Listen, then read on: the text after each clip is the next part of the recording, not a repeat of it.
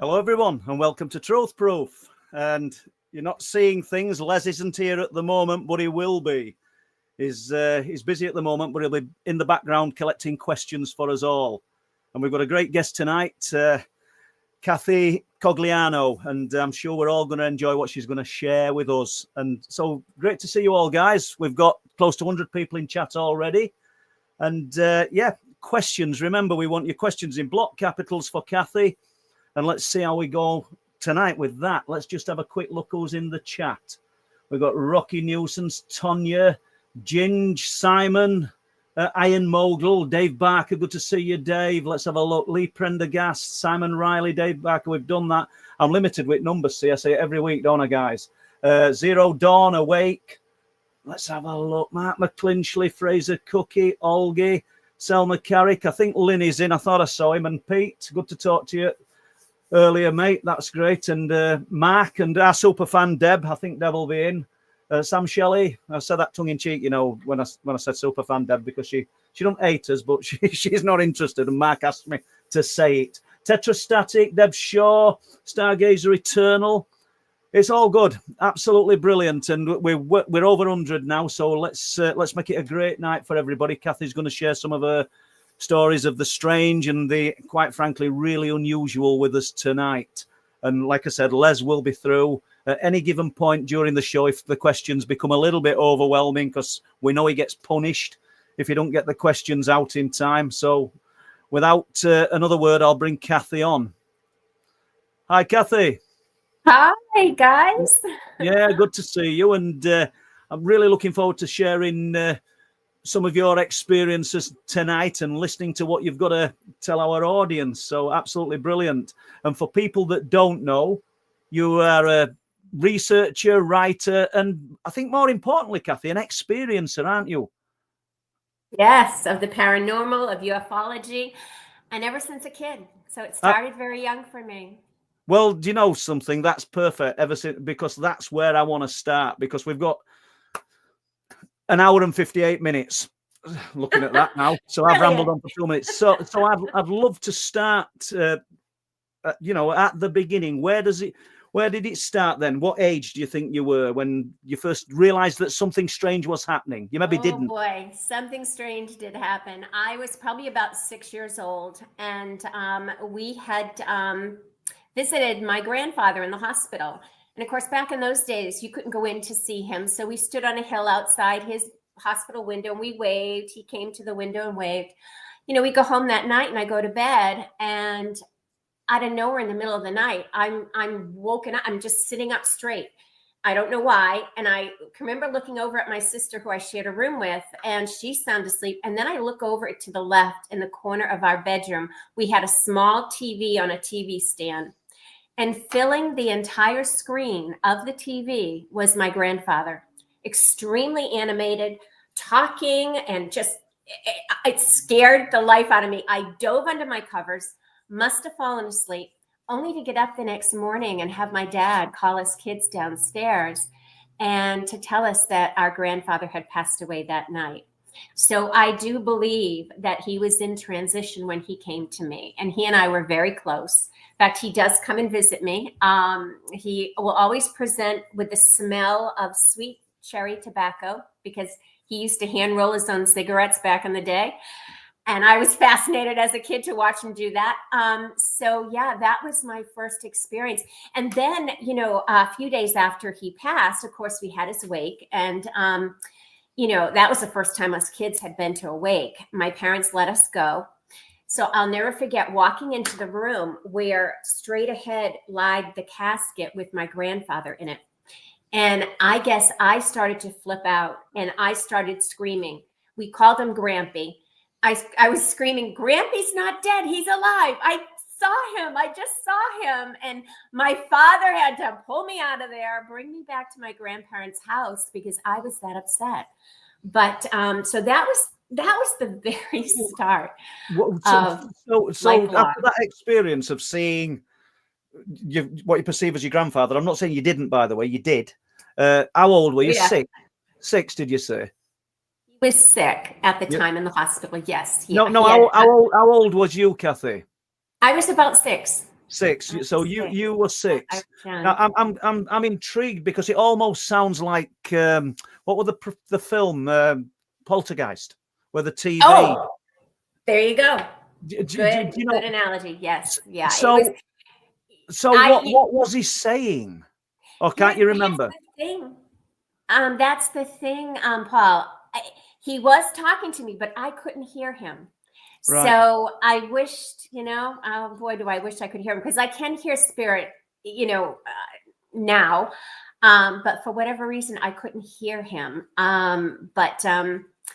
Yeah, I mean that, and I've told the story to a few folks, and a lot of people are very intrigued that back then, which was what, probably in the 60s, he's using technology to communicate with me.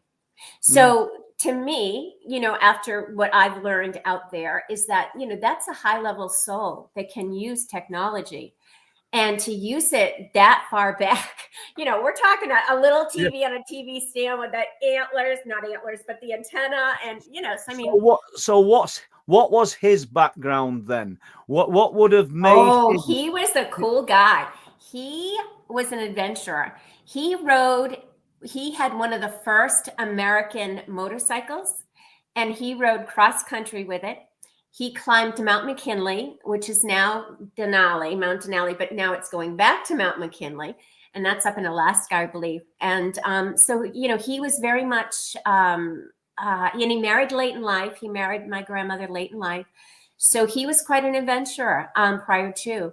So I'm not surprised because of that, to be honest. Yeah, I guess where I'm going, or where I was going with that was, did he have some kind of intuition, do you think? Because he contacted you. There were 2 of you in room. Were they only you that saw this? Yes, yeah. My sister sound asleep. Yeah. And you felt this affinity, this connection to him ever since. Yeah. So I mean, obviously at 6-year-old, you're not going to get into any in-depth conversations with him. But I just wondered if he'd had experiences. Did none of your family tell you? Did anybody say anything? Here's the weird thing. I never told my parents what happened. No. I really never told them, which is interesting. And I'm not sure why, to be honest. No, it's interesting, but it kind of doesn't surprise me, because everything that I wrote about in Night People that happened to me in childhood, I never told them, never said a word to them. Isn't that funny? Yeah. Do you know? So where do you go from there? You're 6 years old, and let's just kind of walk through childhood. And okay, your pace. Yeah. No. So, actually, probably around this time frame. So I was probably around the 6-year-old age. I had an out of body experience. I was on the swing set that was in our yard, and I was laying on the swing with my stomach on the swing, and I'm just kind of going like this, kicking my legs, just swinging. And all of a sudden, I'm up above my body, and I'm looking down at myself on the swing. And I had the thought in my head. So mind you, I'm like 6 years old, but I have this thought in my head. Wow, I've got a really good, healthy body in this lifetime. And I can remember looking down at myself, noticing that and taking note of that. And then all of a sudden, I'm back in my body, and I'm on the swing, and it registers, but I kind of let it go. Like, it didn't scare me. And then probably about 3 years later, when I was around 9-ish, I had another out of body experience. Wow. I was walking with a friend to a little local store. My parents allowed me to do that. That was a big deal back in the day. And we're walking in front and crossing over in front of the elementary school I went to. And I can remember I stepped off the curb to walk across the driveway to go into the school. And all of a sudden, again, I'm out of my body. I am way up, looking down. I can hear, I can see our conversation, me talking to Maureen, my friend, and I see us walking across the street. But as soon as I stepped up to the other side of the driveway, to the walkway, I'm like whooshed back into my body, to the point that it kind of rocked me a bit, because my friend, I kind of, did a little funny thing, and she's like, "Are you okay?" And I'm like, "Yeah, I'm okay." again, I didn't overly analyze it. It just happened. It's interesting though, isn't it? Sorry, I'm sorry to cut through your words there, but you're talking to your friend while you're having your outer body experience. Yeah. So there's two things going on. It's almost like you're inhabited by someone else, or the mind. If it is the mind, even it can split and function on two levels. It must be doing, because you can see yourself talking to your friends. So you're functioning every time. perfectly. Yeah. Every time I tell this story, Paul, I can very vividly see myself talking, walking. I mean, I can recall the whole thing and see it in my mind's eye. Then if we walk back to the earlier one, I don't know what age you were, about 6 or 7, perhaps, the earlier one.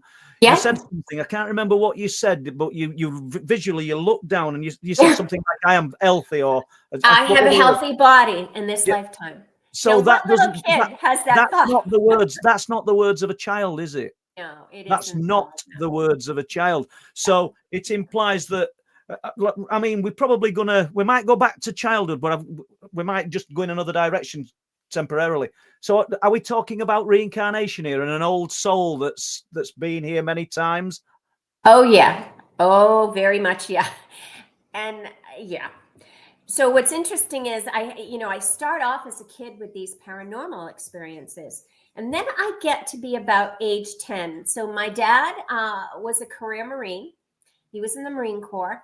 And we were then stationed, after all this happened, we were stationed onto New London, Connecticut, into the nuclear sub base that's there in Groton, Connecticut. So we're living on this nuclear sub base, and I am walking to school. And it's strange because I was by myself. I have a brother and a sister, but for whatever reason that day, I'm by myself walking to school. And as I'm walking to school, I can see school ahead of me. I'm on the sidewalk. I look up. Right between me and the school, so not that far away, maybe 400 feet, is this huge cigar-shaped craft, just there, just hovering there, no sound, no movement. It's just there. And it's so bright. It was morning sunshine. The sun is glinting off this ship like it was on fire. It was beyond bizarre. And I can remember just stopping in my tracks and just watching this and not knowing how to process it. And then all of a sudden I have this feeling like I'm late for school. So then all of a sudden I start running, and that's when the ship disappears and I am a little late for school. So I often look back now in my older years telling this story, and I think to myself, did I have some kind of missing time abduction type experience? I know. But you touched on the fact that you can't understand why you were walking alone to school, didn't you?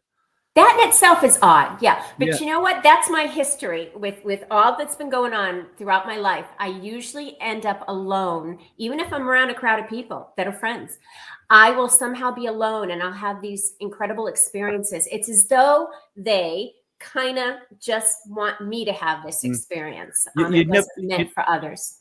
I mean, I don't know. You're living your experiences and telling us, and honestly, we really appreciate it.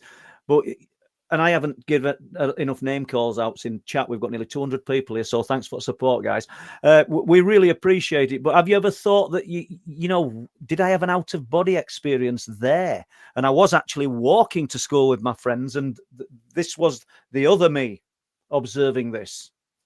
No, I never thought of that at all. I don't know, that doesn't resonate for me. No, well, there's only you would know. There's only you would know. And if it didn't feel right, you'd have thought about it, wouldn't you? I'm sure it would have come to you.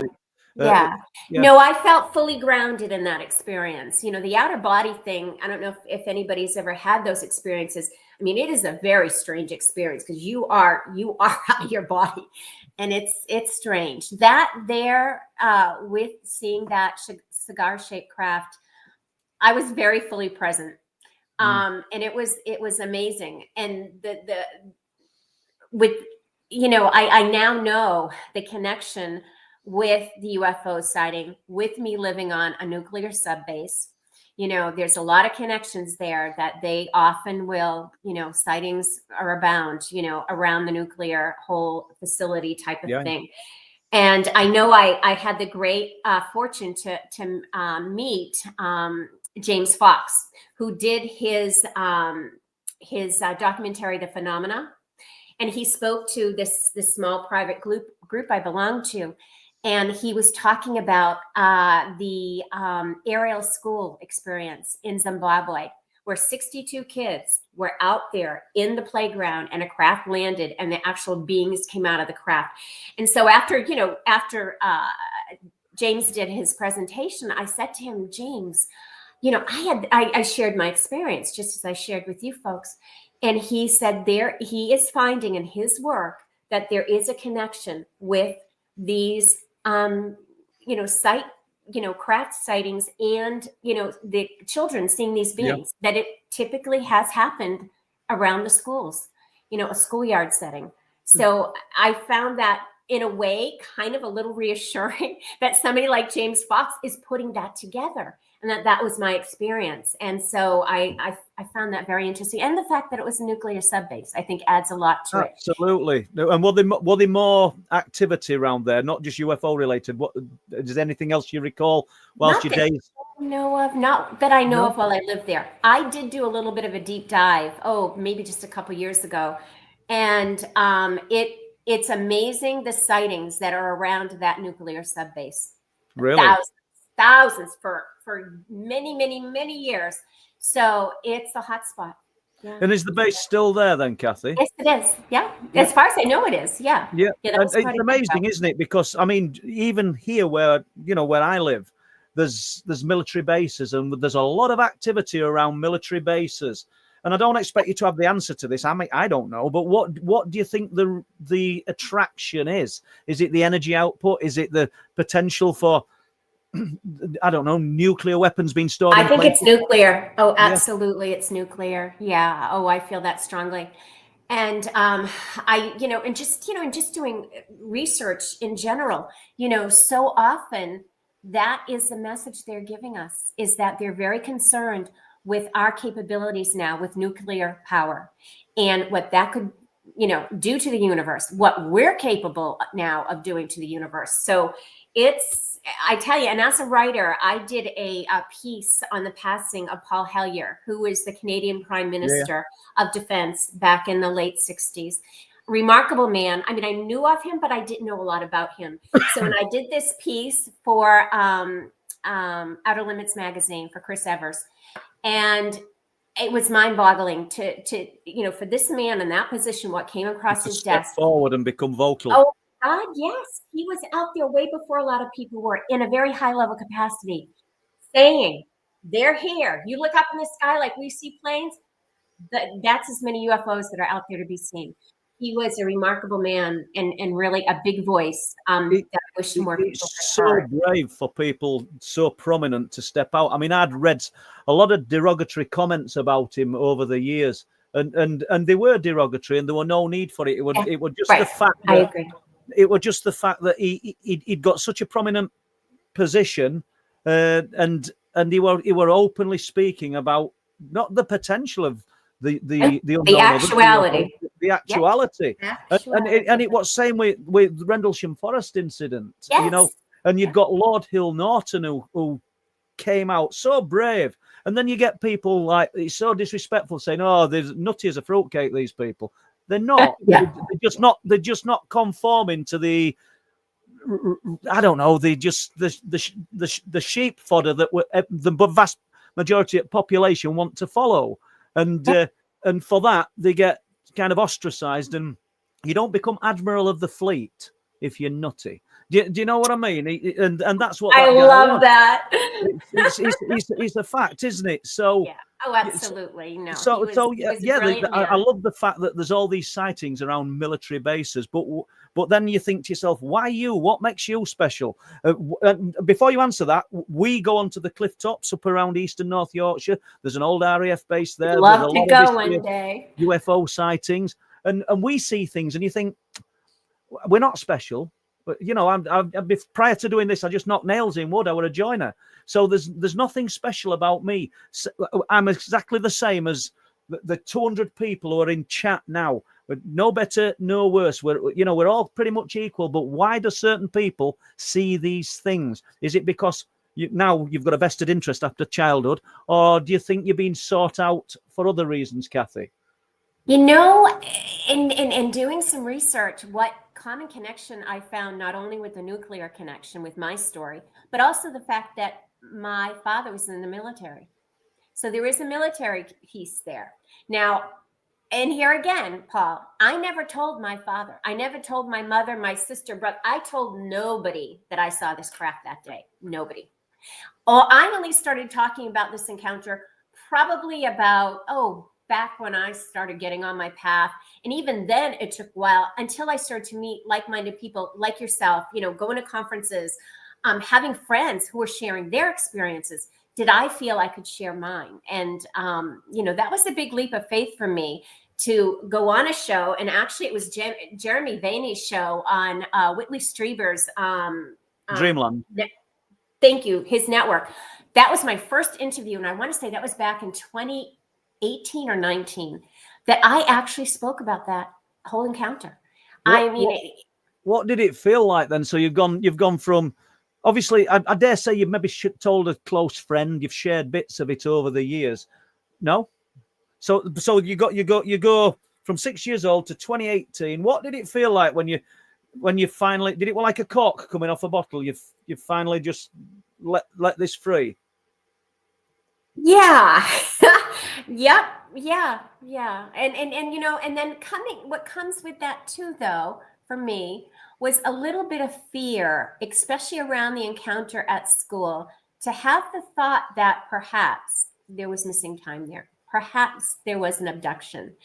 And, fast forward, speaking of abduction, and again, I've only talked about this with very few people, but in the house I'm living now, this was probably about 3 years ago, probably around the time I started talking about this on that one show. Mm. And I, all of a sudden I'd gone to bed. My bedroom is off of this den area I have in the house here. And all of a sudden I'm levitated up. I'm up near the ceiling. I'm like, my head is touching the ceiling, and it's as though I'm held by unknown hands. And I can remember and there was paralysis. I wanted to scream and I couldn't scream. That was the most horrible feeling in the world. And the creepiest thing was I looked down, I could look into my bedroom and see my empty bed. And here I am up by the ceiling going, okay, I'm awake. So this is no dream. I am awake and I can't talk. I can't scream. And I can remember I thought in my head, I want to cry out to God, somebody to help me. And then I had the thought, I had an extremely very high-powered soul come onto my path. He's my teacher. His name was Xenos. I tried to scream out his name. And as soon as I thought of him, all of a sudden, the whole thing switched. I'm back in my bed. I can remember being put down, and I can remember just like having the thought, like, oh my God, what happened? And then I'm asleep. But then I wake up in the morning. It was very early in the morning. I didn't sleep very long. And I could recall everything perfectly. I knew it wasn't a dream. And I can't even tell you how I knew. I just know it wasn't a dream, that happened. And I've talked to other people who have woken up in the middle of these experiences, and it sounded very similar. So you woke up in the middle of the experience. So is this a spiritual experience, or is this some kind of thing what people would call alien-related experience? And that's, as I use the word alien, I throw that net out very wide because I don't necessarily think they're from outer space. Extraterrestrial. Yeah. I think so. I couldn't talk about it for years. It just, I don't know. It unnerves me to think that this. Did it frighten you? Well, obviously you've said it unnerves you. Yeah. So what do you think the message is that these beings, these unknown others, are imparting? Have you had any closer communication than just the knowledge that you've left the room? So now we're jumping into the deep stuff. We are, but we're still going to go back to other things. But yeah, okay, we'll go back and forth. So no, while you we're lead on it. topic. Yeah, go on. Well, let me tell you, Paul, and I'm going to. I will have to make this a very kind of shortened version of yikes. So I ended up going to Egypt back in. Oh, this is the tomb, isn't it? The experience. Oh yeah. Mm-hmm. I'm interested in this. Yeah, fire away. It all connects. There is a big picture here. So I go to Egypt. I am, it was very synchronistic how I got to Egypt. And so on our last day in Egypt, and actually I traveled to Egypt with William Henry, who's on Ancient Aliens. He and his wife Claire were doing tours at the time. I believe William still does tours. But no cooler person to be in Egypt with than William Henry. And it was a remarkable trip. I had so many experiences. I've been published with these experiences. Remarkable. But the last day we were had a private tour going into the Great Pyramid. And we had to go very early in the morning, like at dawn. So we all, get on our little bus and we go to the Giza Plateau. And we had one of the guards come up into our bus and talk to our guides. And they were told that the day before, someone had, if you can even imagine this, had carved their name into one of the walls within the Great Pyramid. So that the Antiquities Department I'm surprised it was still left open, to be honest with you, that we were able to go in, but you could not bring anything in with you. You couldn't bring a phone. They were very, very strict. And I had tried to bring in, I have my Egyptian healing rods. And I tried to bring those in with me. They stopped. They refused to let me take them in. That's a long story. But anyway, so we get up, we go, and when you go into the Great Pyramid, I don't know if anybody has been in there. It's remarkable. You go in and you're going in this really weird door. You kind of climb up all the stones up to this area that's like an entrance. And you've got to go into what they call the Grand Gallery. And it's just literally this carved in tunnel in the stonework that brings you up into the King's Chamber. And it's very rickety. There's like these like ladder-like stairs. You have banisters you hang on. And God forbid you're a very big or tall person. You got to crunch down to get up there like this. So it takes you a little bit to get up there. And we get into the King's Chamber. And it was ironic in that I really had the weird feeling that I had been there before. And this had happened throughout my whole travels in Egypt. And all that's in there, it's just this vast open room, like rectangular shape. And at the very end, backlit, is a sarcophagus made out of red granite stone. And that's all that's in that room. There's no adornment on the walls. There's no hieroglyphs. There's no paint, nothing. We're talking just huge, big slabs of stone that you literally cannot put a credit card between. They're so matched. And you can't help but be there, at least I couldn't, in my opinion, look at all these places we went, and in particular the Great Pyramid, and not think, okay, well, we must have had some help here. How in God's name do these multi-ton stones get put into the place, the way that they did? And so each one of us had a turn to go into the sarcophagus, and it's part of what they kind of call like an initiation. Everybody gets a turn to lay in the sarcophagus, and so I lay down in the sarcophagus. So it's intuitively, I had the sense I needed to be the last person to go in. So I asked William and Claire, and they're like, "No, fine, great, be the last one." Everybody has their turn. I go in, I lay down, and the last thought I had when I lay down in that sarcophagus was that I stopped breathing. And then I left my body. I don't know where I went. I don't have full recall of that, but I left my body. And so all of a sudden, the next thought I have is I can feel William literally taking my toes and shaking me and calling me, "Kathy, Kathy." And I come whooshing back in my body. And very extremely unsettling, that particular come back in the body experience. And I get up, and I could barely stand. I'm hanging onto the sarcophagus sides, and the rest of my group goes down to the Queen's Chamber, which is underneath the King's Chamber. How many are in the group, Kathy? Oh, there were maybe 17. So it's Okay. a small group, relatively small group. I am one of our Egyptian guides, Hatim. We became very dear friends. He's kind of helping to settle me, and he's like, you really need to just stay. It's as though he said to me, he points to his third eye and he says, I see you. I see what's happening here with you. And so he wanted me to make sure I was all fully into my body. So part of that whole experience is the ancients, the Great Pyramid was part of the mystery schools. So there's a piece there that they were trained as initiates, priests, priestesses, in how to have what they call a living resurrection. So part of that process was you were able to bring your body down to a point where you were not breathing, but yet you were alive. And you were able to leave your body, have these travel experiences, whatever it is, but you were trained to be able to come back into your body safely.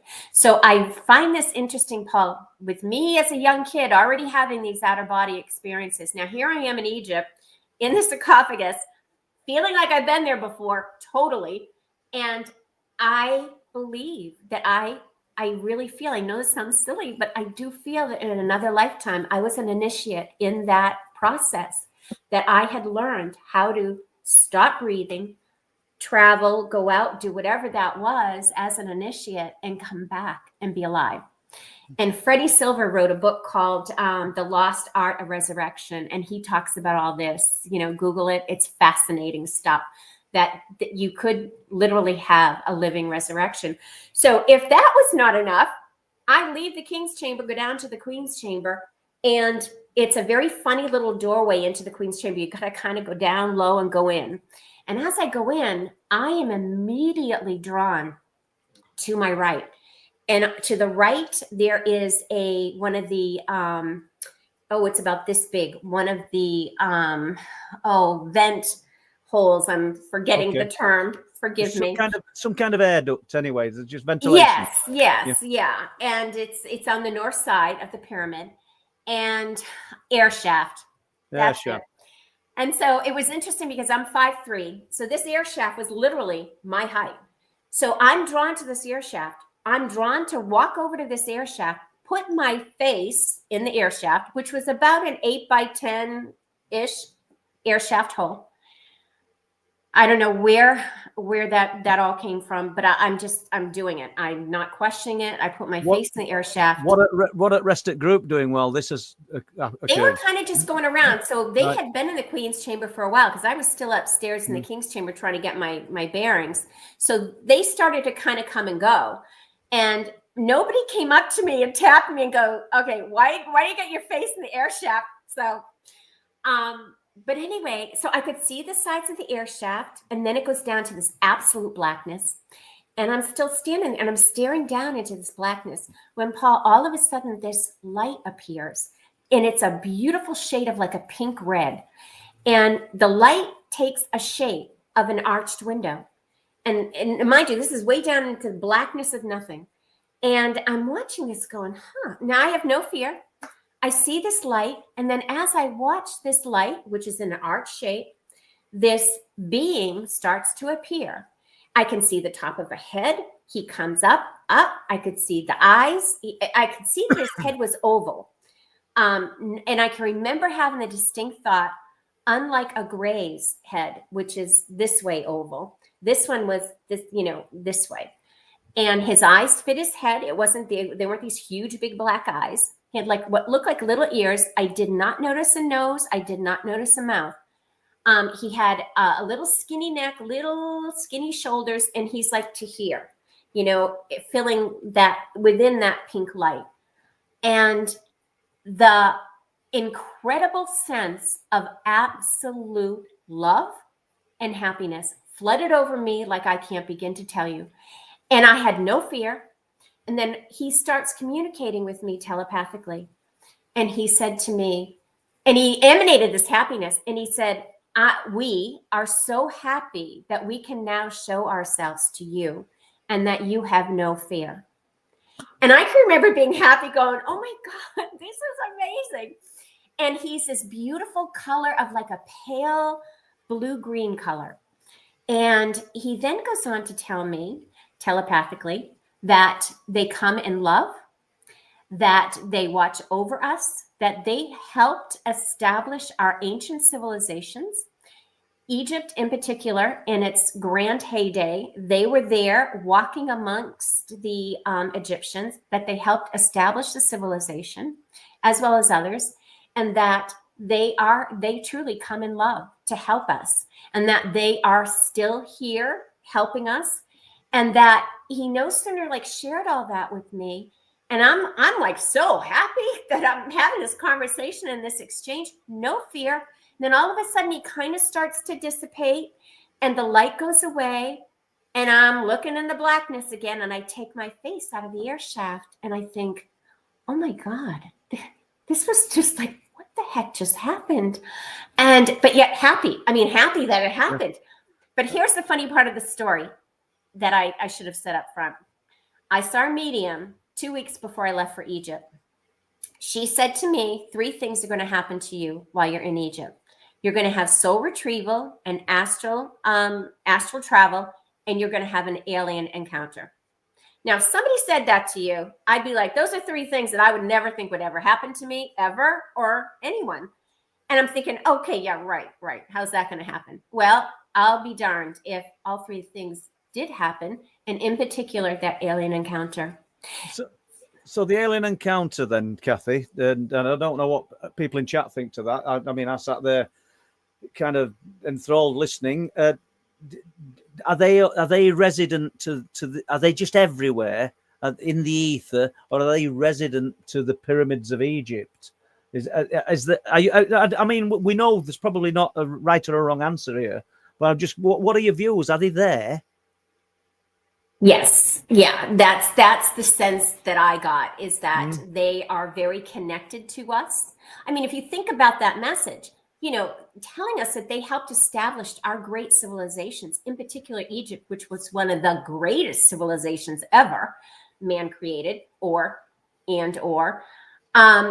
I mean, that's mind-blowing information. Yeah. And doesn't that, begin to kind of answer, okay, had a little help with the pyramids. Building some of these structures. Obviously, there's a lot of discussion, and I'm no engineer or architect, about the building of the pyramids and how they could move these mammoth pieces of rock. So, do you think there's some kind of levitation taking place there?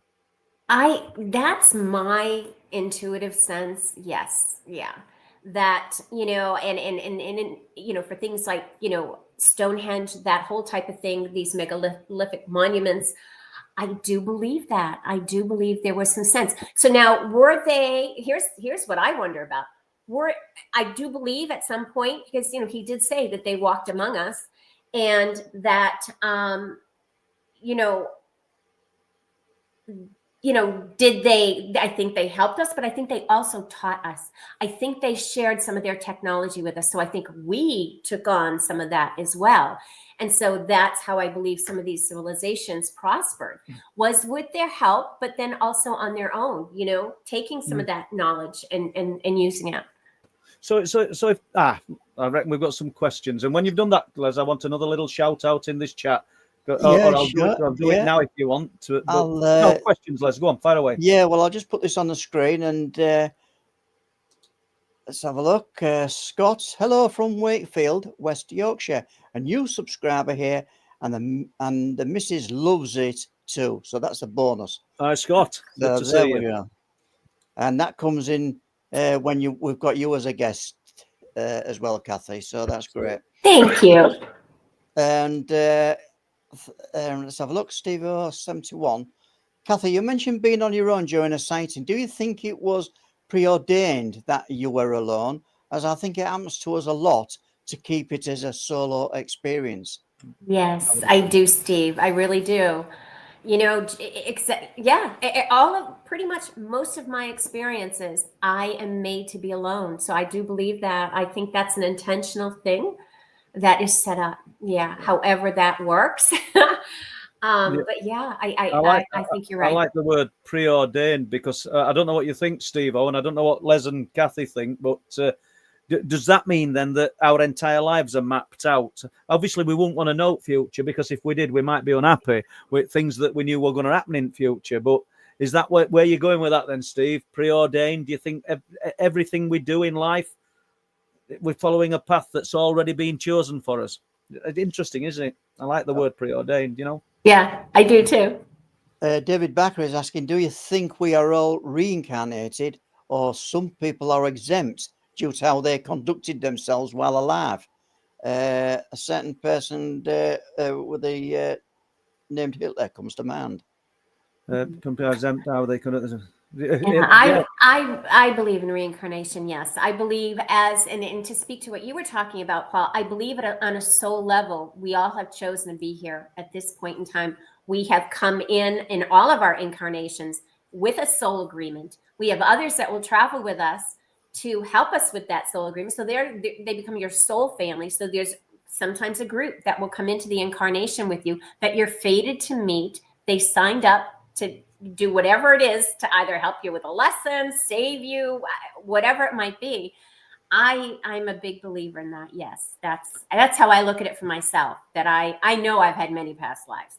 I'm a very old soul, and yeah, and I've been very blessed because of that very powerful spiritual teacher, my teacher Zenos, who was only on my path for 3 years. He would tell me about my past lives, only the lives that I would ask or that I had recollection of or a feeling of knowing of. He would then confirm a past life for me. And so that was amazing to be able to learn of some of these lifetimes. Okay, thank you. And a great supporter of the show, Karen, is asking Kathy, as children, I'm sure the loving and sensitive souls seem to be the draw and link them to many energies. What is your most profound learning through an encounter?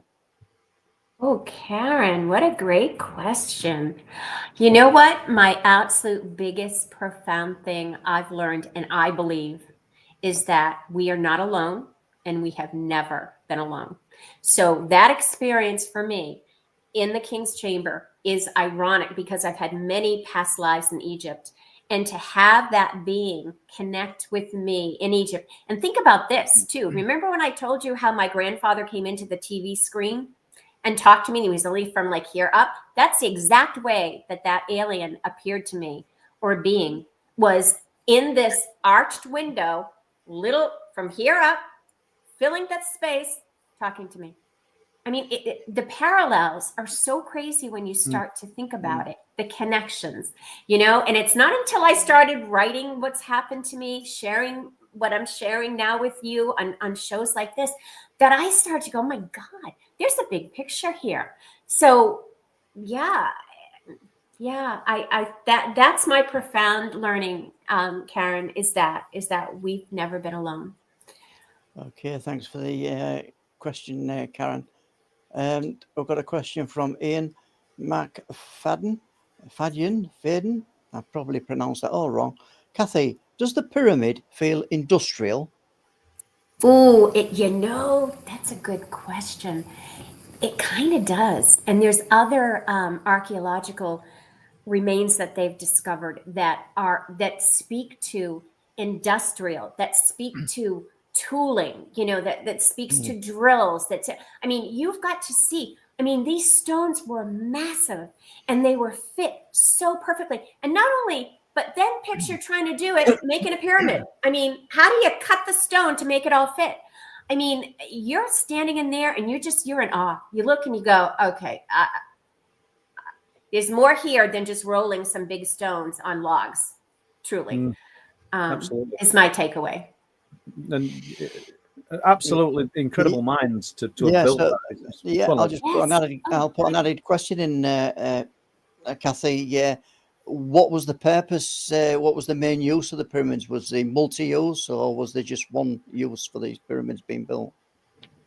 I believe they were used energetically. So let me add this part of my story, and I'll quickly do it because it kind of sums up a lot here. When I got home, my dear friend Linda couldn't wait to meet me. We met for lunch to hear all about my experience in Egypt. I told her what happened in the king's chamber, and she had her purse with her, her bag, and she pulls out this book, The Hathor Material, by Tom Kenyon and Virginia Essene. And she says to me, have you ever heard of Tom Kenyon? I was like, no, I have no idea who that is. And he channels beings that are the Hathor beings. And this is exactly what I saw. This shaped head, this is the being I saw.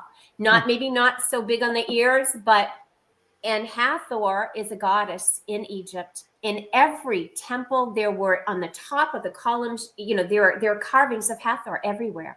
And unbeknownst to me, I'm taking tons of pictures of the Hathors, not knowing until all this happened that I've got this connect. And so in the book, I'll just briefly read to you, Virginia, they're channeling the Hathors, and he speaks and confirms they came in during and before the Egyptian period, approximately 10,000 BC, after the fall of Atlantis. So right there, that tells you that the age of the pyramids and the Sphinx and all of it are a lot older than what we're thinking they are. And he said that they are masters of sound, energy, and love. And they made contact through the early Egyptians to the goddess Hathor, which they experienced through mystical visions. The Hathors were able to help the Egyptians create a spiritual golden age, which culminated in the creation of the mystery schools. So they were saying they were there, they were physically present clairvoyantly, meaning that they would interact. Only certain humans could they interact with. Humans that had clairvoyance, that could see spirit or could see them. Now, I'm clairvoyant. So, I mean, there's so many connections to this story, to who I am in this lifetime, that it doesn't surprise me in a way that I had this encounter with this being the way I did in the Great Pyramid. There's so many connections for that are in my life now.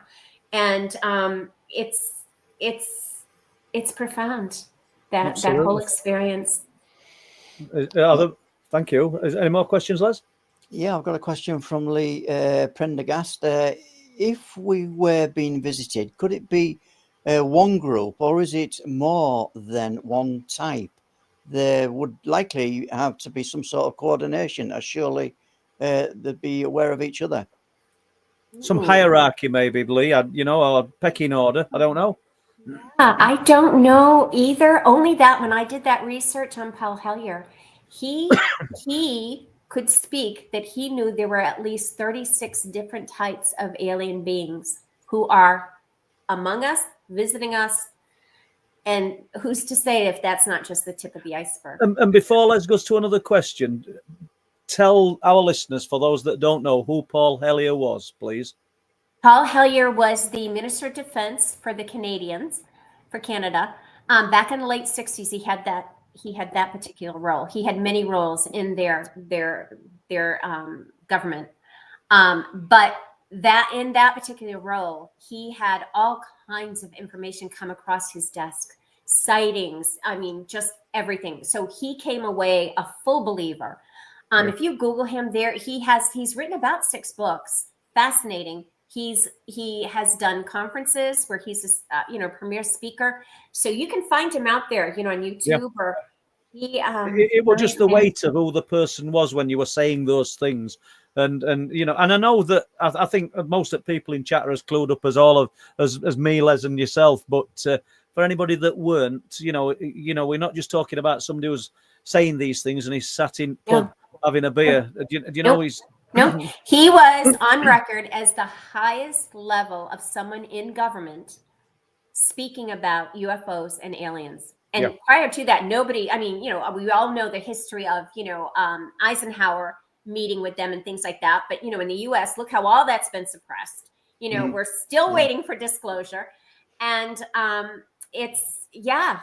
Paul was out there very openly talking about it, and obviously got a lot of criticisms. Everybody, was trying to paint him to be a real nut job, which he was a brilliant man and a lovely man. Oh my goodness, what a lovely man.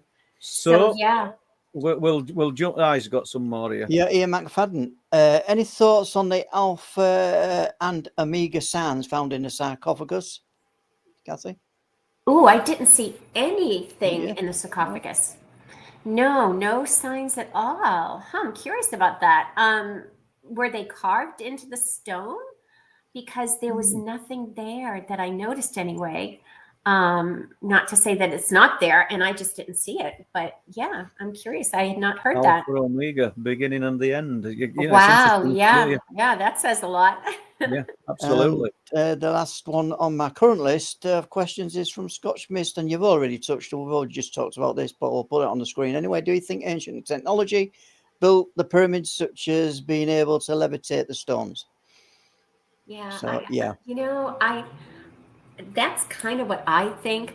The other thing that the Hathors, talk about is that they were oscillators of energy, the pyramids. They were oscillators of energy. So a lot of people are out there now, not only of energy, but of healing energy. So there's a gentleman out there, Wilhelm Witteen, who has done a lot of research on the sound healing that happens in the Great Pyramid. So not only were these initiates, having, learning all of having these experiences, learning to how to have a living resurrection, going through the initiate process, all just it's all there. And I just, I think they had a lot more technology than we probably are giving them credit for. Thank you. Okay, thanks for that, Kathy. And with that, I'll disappear for a little while, and I'll see you guys later. Thanks, Les. Thank you. And no doubt Les will be back with some more questions. We've planned it like this because he gets a little bit of not a little bit of grief if he don't get all questions out. So this is better than doing it at 8 o'clock, I think. But just I agree. I'm not going to get to all these names because like I said, I can only see a short number. But I know Mia Girl's in, Scotch Mist, Tony Worrell, Kane Miles. Still got to go through your sightings, Kane, and your footage. I'd love to do that at some point. We've got Lee doing moderating, Rivington Pipe Bass, Mike Disabled Welshman, Lee Prendergast. Let's have a look. Scotch Mist, Rick's in, Beer Monster, Steve 071, and sorry guys, I've run out of names there, but let's just jump back to it. So you went from 6 years old, you went to 2018 before you spoke about it. Do you feel like that gap where you've had all this turning in your head, it's your personal experiences, and I bet you, Kathy, you've probably laid on a night and running these things through your mind. I know I have. Constantly. Do you think that you've wasted part of it by not sharing it earlier? Well, not sharing it so much, but not exploring this avenue where you are today, and just coming out with all this a lot earlier. Paul, it's been a journey. Things really started for me prior to me actually starting to write and to be a guest on podcast shows. I was taking my first steps on my spiritual journey, is how it all started, and or a piece of it started. And that was probably back in 2011, where I felt this guided feeling that I need to. I started to take Reiki. I wanted to get into the healing modalities. And again, I feel this is me tapping into past lives for sure. And so I start doing that. And my first teacher that I had come on my path, her name was Nancy. She was a Reiki master. And I was, her student studying. I went to level 2 with Reiki. And she was a medium. She did readings. So I had a reading with her. And she says, oh my God. She goes, Kathy, all of your guides are here. And they're coming up to me and they want me to tell you that they see you on the edge of a cliff with your toes curled over, and they're asking you if you're ready to jump. I knew exactly what that meant. And I did not hesitate, Paul. I said, I'm jumping in. And that's when she said, oh my God, she says, they're telling me that they will catch you, that you will always have a safety net, that they will catch you, that they're thrilled that you're taking the leap of faith. And that started it all. That it was like an explosion of just me tapping into my healing modalities. You know, middle of the night, I'm going to book a plane flight and a class in Guatemala. You know, like my family was like, "You're going where? What?" You know, to go and get my Egyptian healing rods. So all of this erupted, all this travel all over Oh the my world. God, it just opened up this huge, vast. And the other thing is that did the thoughts just come to you, or do you feel like there was a calling? Were the messages being placed in your mind, or did you think I've got to go there? Oh, I was being guided the whole way. Yeah, Okay. totally being guided, and I listened. And so that was the big part of the journey for me, is that I didn't have fear around this. I just thought something's happening here. I acknowledged that, and I just followed it.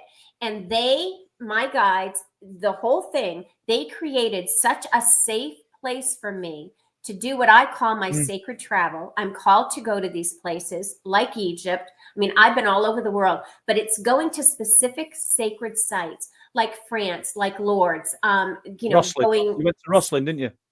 Roslin. Oh, Roslin. We'll do Roslin shortly. But you know, I mean, this is different to the people we talk about UFO experiences, cryptid type encounters. So there'll be people in here in the chat, I would think, thinking, well, why you? What's the bigger picture?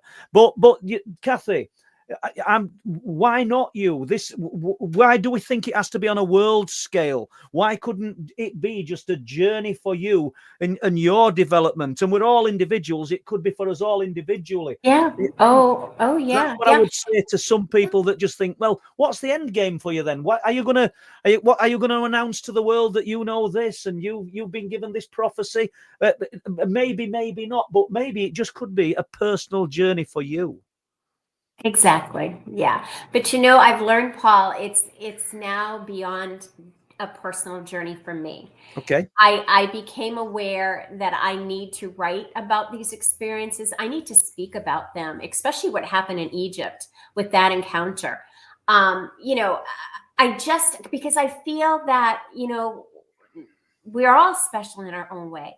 And that if somebody's journey and story can touch someone else and maybe put a spark out there and a light that goes off and goes, okay, you know, like even just with the healing and everything, I now, you know, I pretty much do long distance healing. It just, it's part of the journey. It's hard to almost explain, but let's stay with the healing temporarily. And this is no discrediting for your healing abilities, but how much is it that Kathy healing or Kathy igniting somebody, almost like the placebo effect, that the power inside here can actually do that if we use it and it's directed in the right way? Like, we're not advocates of Ouija boards. So okay, but I would never use one. but we do know that this board being made of cardboard folded over or wood, whatever, it's a conduit, it's a tool, but it doesn't have any special properties. It's the power of what's in here that connects everything. So you're on this distant healing path. So what I'm getting at is it the fact that you're planting these seeds in people's minds and they can actually heal themselves, or do you think there's some external force healing people with your help? It's both. Yeah. You know, we all have the capacity to heal ourselves. And I just, as I said, you know, I listened to my guides. So I, you know, took all of this and don't forget, for me, and I think for others, there's a past life here. You know, the urge for me to get my Egyptian healing rods was off the charts. And if you do a deep dive on the Egyptian healing rods, they are a powerful healing tool that only the pharaohs were using. And when you see depictions and statuary of the pharaohs, you know, usually they're in a power stance with their right foot forward, left foot back, and they're holding Egyptian healing rods in their hands. You can see the rods. Just Google any of the pharaoh. 9 times out of 10, they're holding the Egyptian healing rods. So for me, it's like my past lives are now coming forward, and they're pushing me and guiding me in this lifetime to, I don't know, go back and do this learning and carry it forward. I think there is a piece here of carrying it forward, of talking about it, of sharing that. And yeah, that's how I look at it right now. So something then a little bit, I want to, negative maybe. What about your experiences of shadow type entities? Yeah, that was, it's funny. A lot of people, in fact, Malcolm Robinson wrote a book about that. In fact, I shared my shadow people experiences in that book. And Malcolm, my dear friend, I forget the name of that book, but yeah, but a lot of shadow people experiences are dark and are scary and malevolent.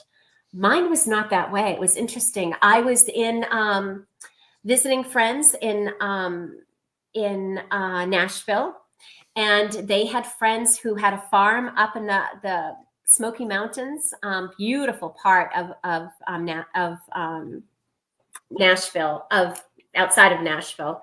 Yeah. And we went up to the farm, and there was a whole group of us, and a lot was going on there. I had a lot of experiences when I was out in the forest, running into some Native Americans in spirit. A whole tribe of Native American men were coming through the forest, and I could see them, I could hear them. They were using these sounds, like clicking sounds and whistling sounds, to communicate to each other. It was like a hunting party. So, I had all those experiences in the forest. Then we come back into the house, and we're all just, having dinner, mingling, having a glass of wine. And I'm standing there chatting with this friend of mine, Loretta, who's standing next to me. And I'm looking forward, and I'm looking, and all of a sudden I see this group of shadow people, a whole group, start to slowly walk across the far wall. And mind you, there was no other people standing there to have cast these shadows, and the shadows are moving. So, I mean, it wasn't, somebody in the room creating this. And they start, and I could just sense and tell they were Native American, because they looked like they had wraps on. There were some that had hats on. And they were moving in a group very, very slowly. And I stood there and I looked at Loretta, who could see. She's a very gifted medium and healer and whatnot. And I said, okay, do you see this? And she says, yep, I see it. So that validated for me that I wasn't, seeing God knows what and had no idea. She saw it too. But I did not, Paul, get the feeling that they were malevolent at all. There was not, I didn't pick up on any negative energy with them. It's almost like what I picked up, that they were there. They were just kind of overseers of the land. You took the word out of my mouth. Yeah. And do you feel though that probably were more spiritual, more than shadow type entity? Yeah. They were there as protectors of the land and the farm, the animals. In fact, the owners had seen them themselves, and they were very scared. So when it kind of got around, I didn't announce this to anybody, but when it got around, my friend Claire wanted me to speak to the owners when I told her what I had seen. And it turns out the owners had seen the shadow people too in the house, but they were afraid. And, we sat and we chatted with them for a while. And I said, we, Loretta as well, felt they were there as protection, that there's nothing to be afraid of. And it was a remarkable encounter for a group of shadow people. Do you think then, Kathy, that the actual mindset of a person dictates the outcome of an encounter? As in, if you went afraid and fearful, then you might have a fearful experience. Oh, true. Yeah, I think that could happen. Sure. Yeah. But it's funny. They did not emanate any kind of negative, feeling at all. It was really remarkable, because I know of others who have had encounters with shadow beings, and boy, they're not pleasant, oftentimes. Well, we've been talking for just over an hour now, and everything's being pretty positive, as in as what you were talking about. So, what about? Has there been any negative type experiences? There has, but predominantly it's all good. I'm a big believer in protection, so I protect myself. I ritually do it every day, more times than one, and so I feel, if you go into a situation knowing and feeling safe, that you're protected, but there are times where, um, I'll just quickly share the scariest one for me, hands down, was when I was in Egypt. We went to the temple of Khnum in Esna. It was a while ago, and it was one of the Egyptian temples that the Romans, during the Egyptian Roman period, would use this temple as well. And it's set very down, it's dug in. So to get into the site where the temple is, you had to take stairs down into this archaeological site, this whole unearthed temple. And, again, I'm with my whole group, and we go into this temple, and it was beautiful. It was in restoration. They were, cleaning it. The colors coming through were beautiful. But yet I started picking up on this incredible, sinister feeling around me. It just permeated everything to the point that I couldn't breathe. And I thought, oh my God, I gotta get out of here. So I leave. And the feeling of having to flee was so off the charts. So I'm running out of this temple, and I go as far away from that building as I could. And mind you, it's a dug in site, so I couldn't go too far. And I'm over in a far corner, and I am shaking in my boots. And I just kept saying the Lord's Prayer over and over and over again. It was my mantra. And I just was praying that whatever that negative, awful energy was, that I'm safe, I'm okay. So I'm praying. So then our guide, Hatim, realized I'm not there. He came out. And as he comes out, all of a sudden, from above in the sky, drops dead out of the sky, a black and white pigeon just falls down dead at my feet. And I'm like, oh my God, what the heck? Hatim rushes over. He literally puts me in this embrace, and he goes, it's okay. He goes, it's okay. It's okay. You're experiencing really negative karma here. It's okay. It's okay. You're processing it. You're okay. I'm like, what the heck is going on here? And I've never felt that fear. Well, I kind of have, but I mean, that was pretty bad. That was pretty bad. So I honestly, I don't know if that was related to a past life, that something bad happened to me in that temple in a past life. I don't know. Or that there was something lurking there that I was picking up on. And what do you think saying the Lord's Prayer? It's not a trick question, this, by the way. I'm asking because I don't know. What do you think saying the Lord's Prayer did to help you? Because the ancient Egypt, they wouldn't have had a clue what the Lord's Prayer was. So that once again, I'm sort of going back to the fact that we're using these things as crutches almost, because we're doubting the power of what I we will can actually do with this. it. Yep, it was a crutch. It was, for me, protection. It was a quick protection for me, just to say that mantra over and over and over again. You are the protection within yourself. I believe that, within, it's all there within ourselves. Like we touched on the Ouija board. It's not magical. It's what's coming from in here. Yeah, true. You use something like, you're almost like a channel. So I've thought about this, and I was so upset and scared that I don't know if you connect that with what happened to the bird. I always felt bad about what happened with my energy, that all of a sudden this bird that flew over me drops dead at my feet. I mean, I struggle with that. I have to be honest with you. If anybody out there can read into some of that, I would be greatly appreciative. It's that piece of it is a little unnerving for me. Did my fear enter into that? It's hard to say. I suppose it's a question you're going to ask yourself forevermore, and we'll not have an answer to it. I think everything I'm asking, there ain't a right answer, is there? You talked about that alien. Just one sec, Les, and then we're into the questions again, mate. Thank you. You talked about the alien head and the shape of it.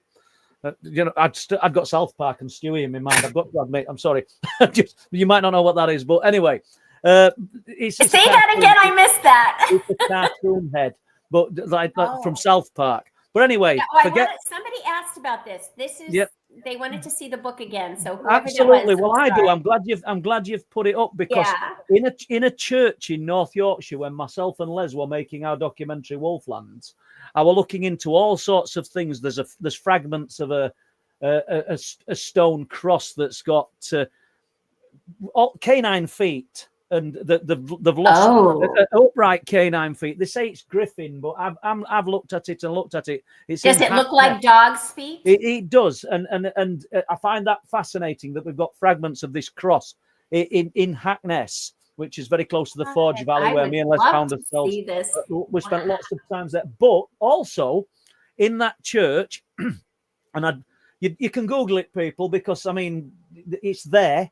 There's things, and I might have got the wording wrong. I think they're called miscords, and they're carvings, and they're oval carvings of heads. And soon as you, besides me saying South Park and Stewie's head, soon as you showed me that picture, I'm thinking they look a bit like the miscords in the church.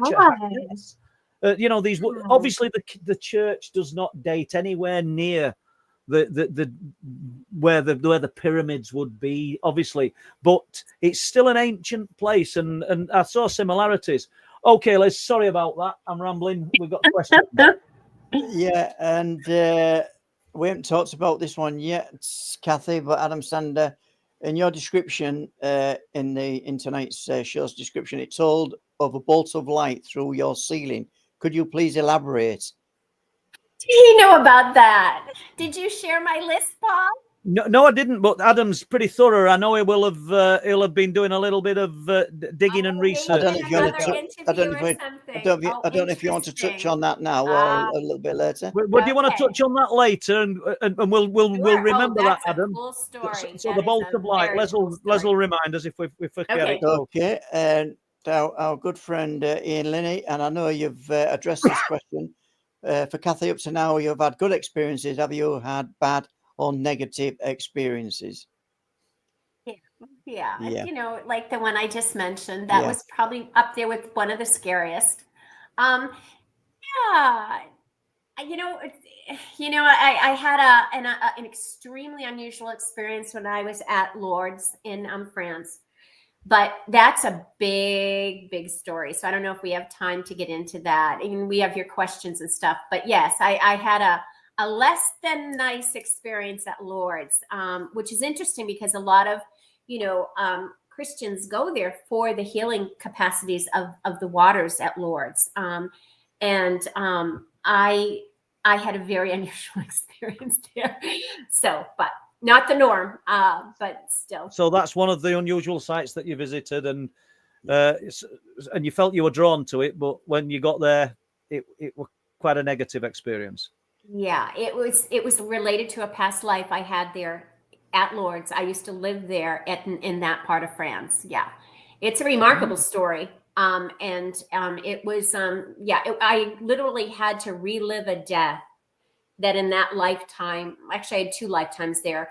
In the last lifetime I lived there, I had to experience the death I had in that lifetime for me to release and let go, because I was carrying so much guilt from that lifetime throughout many lifetimes from that time frame that I could not save the priestesses that I was with from being killed. There was a group of us that were killed right on the place where the Lourdes is now in the sacred waters. I mean, it's a cool story, but I don't know if we have time for it.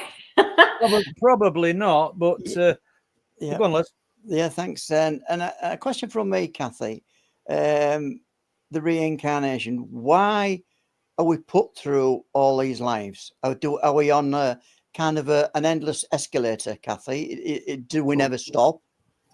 Good question, Les. Excellent question. I love the escalator piece of that. It kind of is like that. You know who really breaks us down and has some great, Rudolf Steiner has some great He's a turn of the century. He was an extremely powerful clairvoyant, but he was a brilliant mind. He came in, he was one of the original Theosophical Society along with Madame Blavatsky. So if you Google him, it'll all come up. He writes extensively around reincarnation, around the idea of the soul and how we all come in and, you know, you go through the etheric, you go through the astral planes, your soul drops into your body. And yes, that we are, as a soul, we agree to come into our lifetimes, you know, so it's by no happen chance that, you know, we're all here. We all agreed to it on some level. At least that's my belief. I know others out there believe that too, as did Steiner. But he, yeah, if you want to know more about it, I would say Google Rudolf Steiner. He has a lot of great information about how that all works. Thank you. Okay, thank you. And we're back to the pyramids with this question.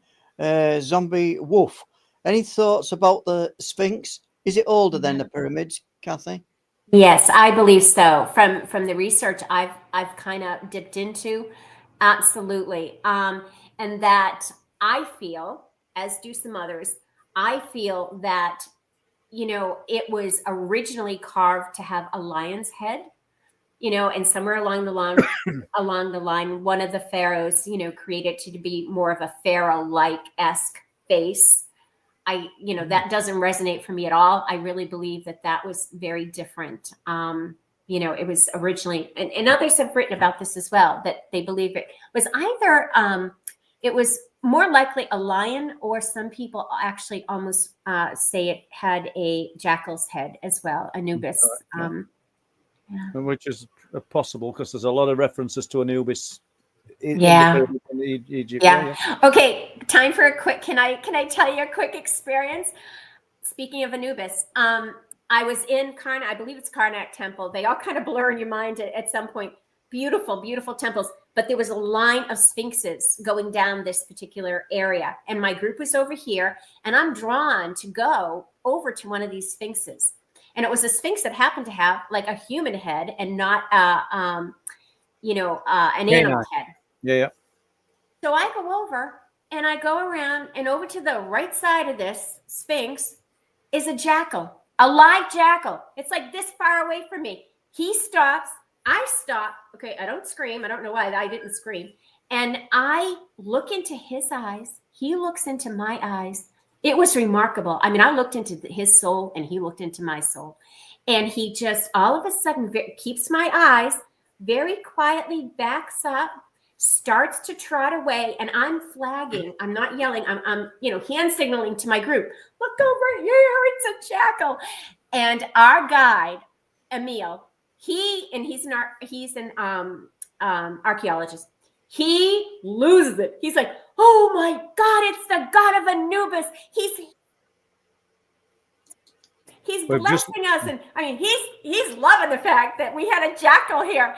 But I'm thinking to myself, oh my God, I just steered into the soul of Anubis. I mean, does it get any better than that when you're in Egypt? Oh my God. I mean, this trip to Egypt was like just off the charts, truly. Absolutely. Okay. More questions, Les? Yeah, let's have a look what time we've got. Yeah, we'll go through with some more. Right, what's this question from? Arcturians, is it? No. Yeah, the Arcturians know what's going to happen in our lifetime, minute by minute. So not so much a question, but more of a statement there. And thanks for that. Actually, thanks for the question, Kane. Arcturians. I mean, Kathy might be on that page. I just don't know where names come from. That's me. I don't mean that there isn't some kind of unknown other or intelligence that doesn't know. But, you know, you hear people talking about UFO encounters and they call them delta-winged craft and the bat-winged craft. And I know we've got to name things. You know, if we find a new species of frog in jungle and we name it, but you know, I don't know. I find it. I struggle when people name Arcturians and Pleiadians, you know. But that's just me. You know, just other alien races. There's many out there. There really are. I believe that anyway. I mean, go on, Les. I mean, sticking with the reincarnation part of everything, Kathy, then you've got to extend that further, and you've got to say, well, our lives have been mapped out, as Kane is probably alluding to, minute by minute. So whatever's going to happen tomorrow has already been pre-planned. Is that what you're thinking? There is that thought, yes. But then, you throw a curveball into that by saying there's free will. So, that's the stuff I get stuck on. I'm on that page. I'm on that page. What Les has just said me. I think so. But maybe, like you've just said, and like a lot of people, we can maybe change the course of that with our own actions. Do you know what I mean? We can choose to be good. I think so. I think there's dark thoughts, and then maybe that steers us into the place. Like attracts like, and we can choose to have dark thoughts, and it steers us down that sort of dark road. And you often find people like that are just isolated, and you can kind of lift yourself and just follow the. It's a huge very positive enigma. view. Yeah, it really is a big enigma. I don't know. Yeah, but you could argue though that those pre-actions are already being pre-planned. So then pre-actions, like all of it. Tomorrow, Even like saying at midnight tonight, we're having. I mean, like saying tonight you're going to give up alcohol, then that may be already been programmed in. You spot on, Les. Honestly, it's a great counter argument that, because I'd like to think that we could change the course of it. Say we're mapped out, and that I don't know. You talked about praying to God or reciting the Lord's Prayer, and I don't know what the power of the Lord's Prayer signifies, or whether it's just the internal mechanisms of the human, it's ourselves that we. I think at that moment in time, in total terror, I went back to my Christian roots, my Catholic roots, I should say. I grew up Catholic. I am no longer consider myself a Catholic. I feel I'm more spiritual. I mean, I honor all religions, and I do go to an ashram. That's the Vedanta Center, and they're basically a Hindu, worshiping beautiful temple, but they honor all religions. So you just go. It's like a place for my soul. Honest to God, you just go. It's magical, and so for me to do the Lord's Prayer, seriously, I'm like, I didn't even think twice about it. It just happened. I mean, I'm just reciting the Lord's Prayer like my mantra. It was crazy. Yep, and if you saw me grinning, then you maybe did. It weren't at you. I just saw something in chat, and I blame Lenny for that. The were frog, because we heard a strange noise on cliff top, and we talk about cryptids and things, and we said it were a were frog. So it just made me kind of smile. So I apologize. It looks like I'm have to get this lingo down. Yeah, the were frog. So any more questions, Les? Yeah, I've got lots of questions. I'm trying to plow through some of these. Deb Shaw's in, OGG in, McFadden. Alison's in. Good to see you, Alison. I hope you've not worked too hard. Zaphoid Beetlebot. Why do you create a name like that? It's too hard to say, but good to see you. Dogman TP Hunting, Awake. Zombie Wolf. That's me done for now. Go on, Les. Sorry. So, staying with Dogman TP Hunting, the question is, during astral travel, do you think you have a symbiotic relationship on a physical level? E.g., if your physical body is tickled, would your astral body squirm? Great question. So I believe during astral travel, and I've had experiences doing that, is that we have a tether, we have a silver cord, and I'm sure others, you've probably heard of this concept, a silver cord that is attached to our soul, to our physical body, and that when we do go out and have our astral travels, we have always that connection so that we can come back into our body. And again, that's another Hindu construct, and I forget the term that they use, but it's the silver cord, that we always maintain that connection. And I guess if you, at some point, when you leave an incarnation, that silver cord then is, I think, cut.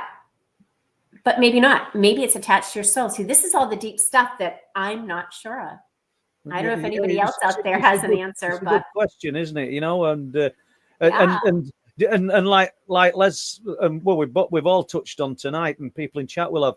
If it's all preordained, as the word that came up earlier, then surely you're not going to get tickled. You're not going to get. But you like, could. woken or anything, because they kind of know the times to do these things. And you know, I don't know, you're driving along a lonely road and a light comes on above your car, and why does it happen at 3 a.m? There's no other vehicles on road. You know what I mean? It's right place, wrong time kind of thing, but obviously right for something else. I'll get one more question in then, On, guys. Yeah, and this is a great question. Be a monster. Hi, Kathy. Enjoying the show. Why is Thank you. why is their contact so brief, and their info they impart leaves more questions than answers? Basically, I'm saying, what is the point of contact then? Interesting that you use that phrase, point of contact. I did a to a private group I belong to.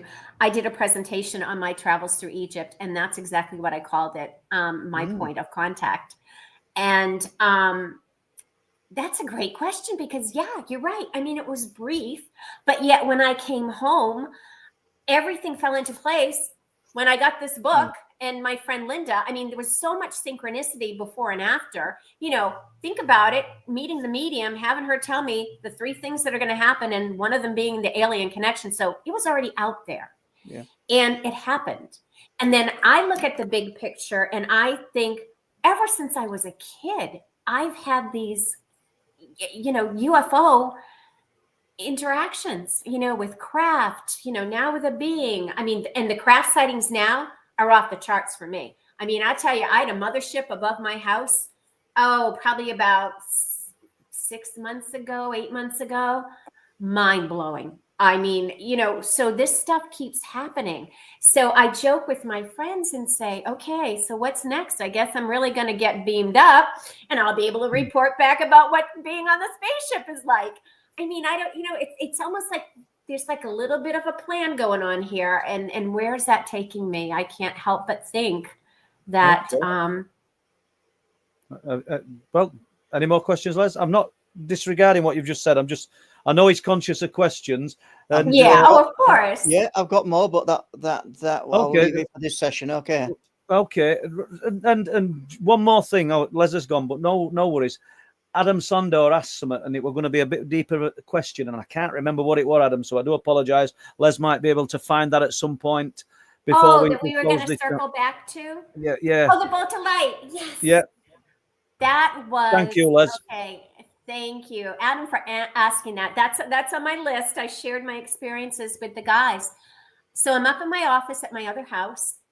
I'm sitting at my desk. I had just gotten off the phone with a friend who had to get off the phone in an emergency situation. And he said, you know, yeah, I'm sorry, I got to go. There's a family emergency. So I hang up the phone and I instantly pick up a pen. I write down 3 words: male, cousin, suicide. Now, I don't know why I did that. Put the pen down. I no sooner put the pen down on my desk when this bolt of light comes through the ceiling of my office, comes over my right shoulder, and it's like this, it's a solid beam of light, shoots over my shoulder. It hits I had a glass top on that desk, but sitting on top of the desk in that area where this beam of light hit was a butterfly-shaped paperclip, which was rather large. It was like about this big. Interestingly enough, it's the shape of 3 pyramids connected.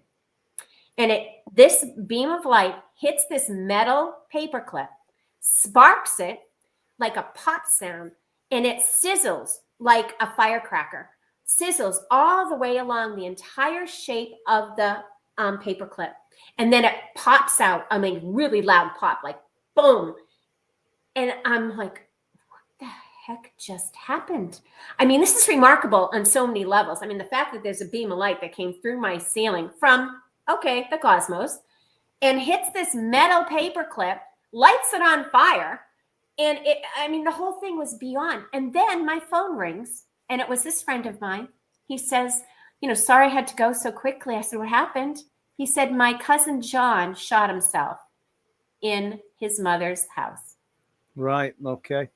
Male cousin suicide. Yeah. So there's that piece. So there's to this day, I don't know how to break that down. Think about it. There's a cosmic piece, there's a paranormal piece. I honest to God, I don't. If anybody out there has a thought on that, I would appreciate it. It's kind of telling you though, Kathy, isn't it, that it's not. There's a cosmic piece, a paranormal piece. It's linked. Everything's linked here. Oh isn't my it? God, it's so linked. I'm so glad you said that, Paul.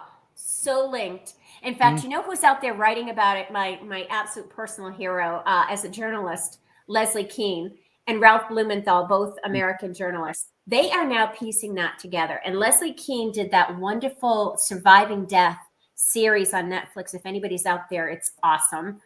But they're connecting now the paranormal with the ufology experiencers. Well, and that there's a link there. No disrespect to them, but they're not breaking new ground, because I know I've been saying this for years. There's a link to it all, and I know a lot of people are thinking the same. I'm not treading footsteps that have never been trod before, but yeah, everything seems to be linked, and I absolutely believe it. And it's such a good way. In my opinion, it's such a good way. We don't want to segregate it and compartmentalize. Oh, I'm a UFO researcher. Couldn't possibly talk about that cryptid type encounter or sighting that we're seeing in connection with that UFO. We'll talk about the UFO, but we won't talk about the cryptid. And the cryptid, isn't that interesting? Yes, I've noticed that. Never the two will meet, and it's absolutely stupid because there's so many pieces of the information that are missing just because it doesn't fit in with your narrative, and it's so narrow-minded. It really is. Yeah. I want to touch on Roslin in a moment, but you're talking about past lives, transmigration, these experiences that you believe you've had, or you've had. Shouldn't say believe. Well, you've had. Have you ever found anything, Kathy, that you could bring back to show to people as proof that you've had a past life, a location, something? And it's not a trick question. I'm just wondering.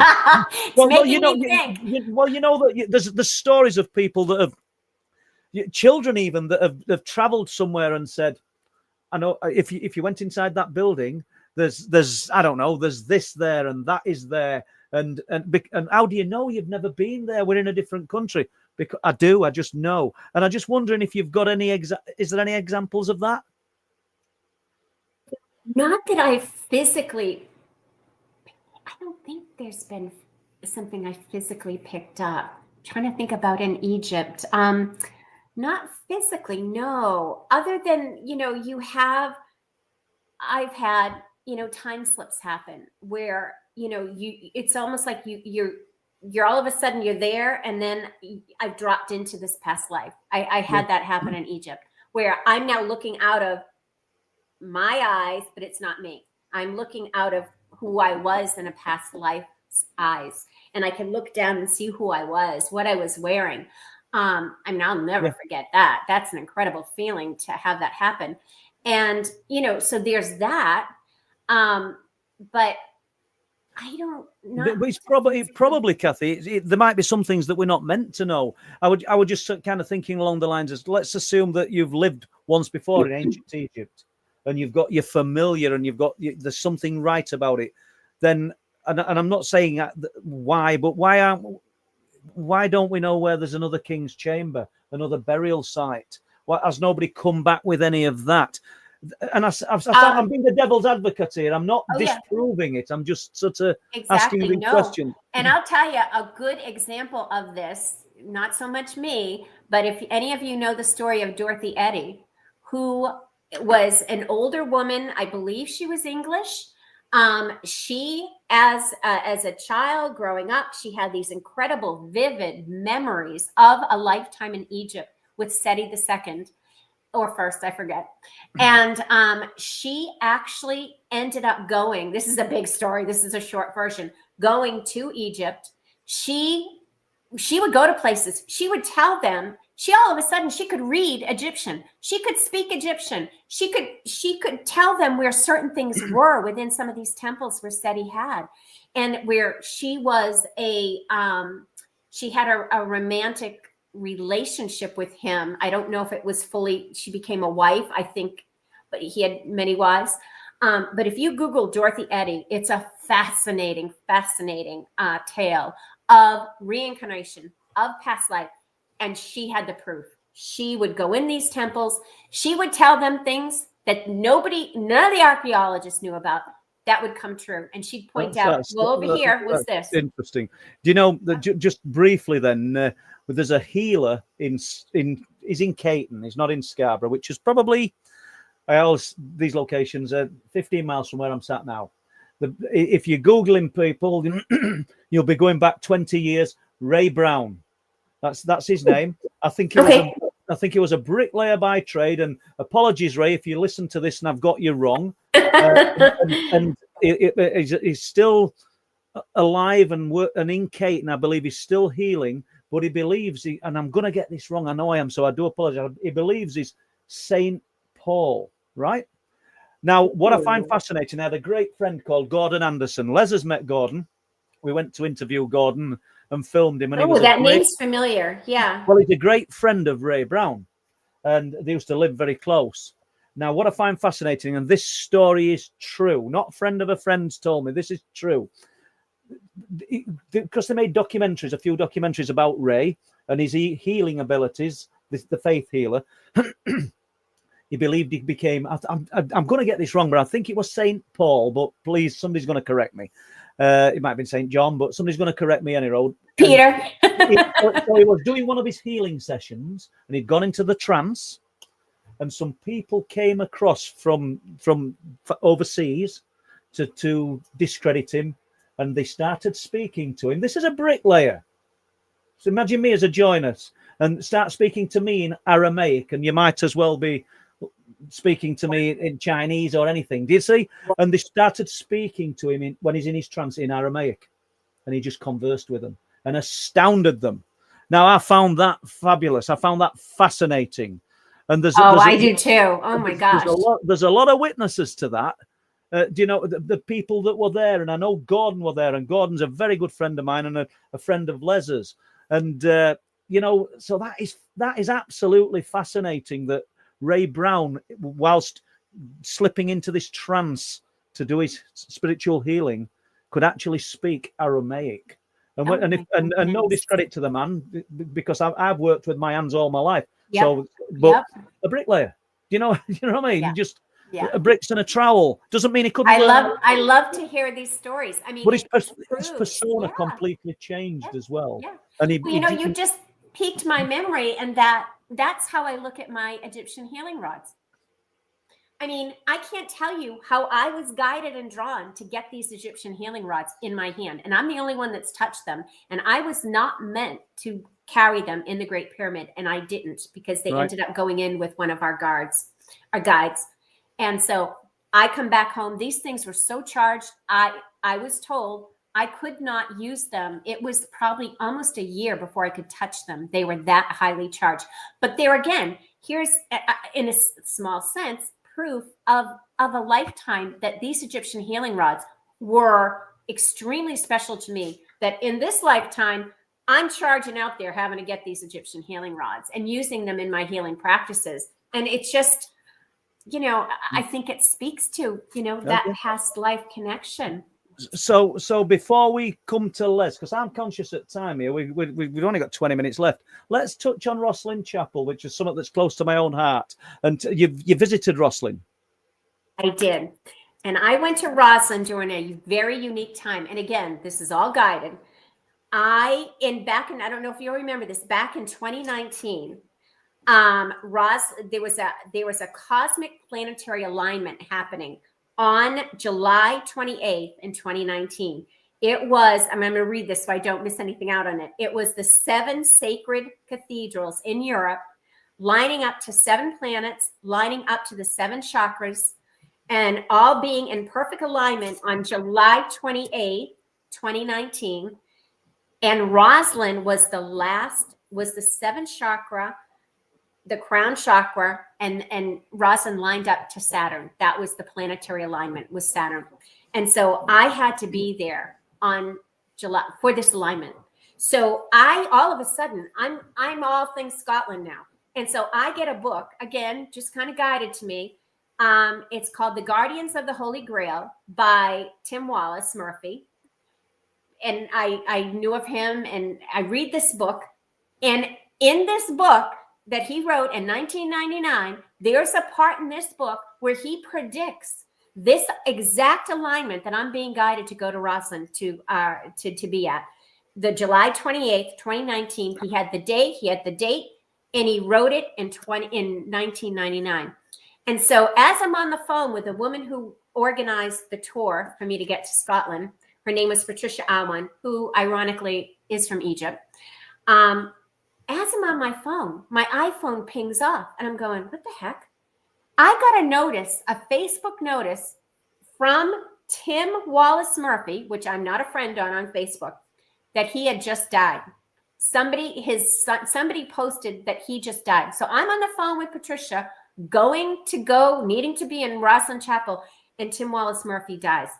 It was just like, oh my God. So anyway, fast forward, I go to Roslin Chapel. And my teacher, Zenos, had said to me, he agreed. I said, I'm feeling this, I'm being pushed to go to Scotland. He said, I agree, you are. And he said, it's important for me to go, when I go to Roslin Chapel, to be very open-minded, open to the experience, just be open to the experience. And he didn't say anything else about it. So I intuitively knew, okay, something's going down in Roslin Chapel. And I got there, and I walked the property, and they had me start. I couldn't go in the front door. I had to walk counterclockwise around Roslin Chapel, and I came in the door that has the ornate thing on the top of it. You go in the side door and you come in underneath, and you're facing the main altar. That's the door they wanted me to go in. So as I walked down the aisle, which is all big square stones inlaid, there's rows of pews on either side. I'm facing the main altar. There's one stone that was kind of different colored than the others. I had to stop on that one stone. So I stop on that stone, and I'm kind of going, all right, what's going on here? And my other group, some of them are sitting in the pews, and they're just saying prayers or whatever. And all of a sudden, my breathing changes. I can't even explain it, Paul, what happened. I had this outer body experience. And in my mind, I can remember feeling that I had to keep my eyes on some level focused on the front, the altar area. Like that was my connection to keep me grounded. So I go up and out. I go to a place. Well, I'm in Roslin Chapel, but it wasn't current day Roslin Chapel. I'm there. I'm being shown how the somatics were put into Roslin Chapel. There were two workmen, who were otherworldly, let's say. They were not, the best way I can say it is they were otherworldly. And I sensed that. And they were the ones, and they were using this, in particular, this type of tool that had a very soft wrapped piece to it. It's hard to explain. And it's almost like they were inputting the sound into the somatics in Roslin Chapel. And I'm sure Paul, that there was a father and son team that went in there, and they deciphered all the somatics, and they created the music of what that is. Well, Brian Allen went in there and did some work. Oh my God, I'm a friend of Brian Allen's. Oh yeah, he's written books about it. I go in, and then they allow me to hear this music. It was so stunning. It was as though every time they hit a part of that, they're on scaffolding, the music it was almost too loud. It was like vibrating in my head. And they were showing me how, and I intuitively knew. I termed it the music of the spheres, Pythagoras' theory. So that's why I had to be there. It's because all of those planets lined up, and that planet Saturn lined up to be the crown chakra for Roslin Chapel that day and time. So I was there. I was actually there the day before, but there was enough of an opening that it covered for the 28th. That all of that, it was like a cosmic symphony happening is the best way I could describe it. And for whatever reason, I had to be there. So this whole out of body thing, one of my guides there and one of my friends knew to come up, because I guess I was starting to kind of like, shake and all that. And as I came back in my body, it's almost like they kind of caught me and allowed me to come back in. And then they kind of ushered me over to sit down in the pew. And then I'm still, now mind you, I'm not aware of this when it's happening. I know about it after the fact. I'm like scribing. It's like I'm trying to write things down. It's like they said I was like writing on my leg. I'm like writing stuff down, and I was lost in that whole process. And the other thing I saw was that they showed me how Roslin was such an ancient worshipped site prior to Roslin being built there. Yeah, the that location. underneath, yes, there are stones there from the original. It was an original temple there that the Druids or the ancients would use, and it was part of a path of going to these other sacred sites. Roslin was one of the major sites for them. And surprisingly enough, what also was that I learned after the fact was Sir Arthur Conan Doyle Center in Edinburgh. That was one of the sites that also underneath that house where Sir Arthur Conan Doyle Center is now is also one of those connecting sites. Yeah. So, I mean, it was mind blowing. And I sat down and I had to really, it was hard for me to come back in my body with that one, boy. And I could still hear the music in my head. I know it sounds ridiculous and like crazy talk, but it happened. Yeah, it's a magical place. It really is. Oh, we my were there God. in 2023, and I'm conscious of time because I think Les will be back in a few minutes. We were there in 2023, and we stayed at the house next door to it. They were literally. Oh, yes. Oh, I thought how cool that would be. Oh, yeah, well, we stayed there, and the visitor book's about that thick, and when I looked through the visitor book, so obviously the magic that is Roslin, bleeds through.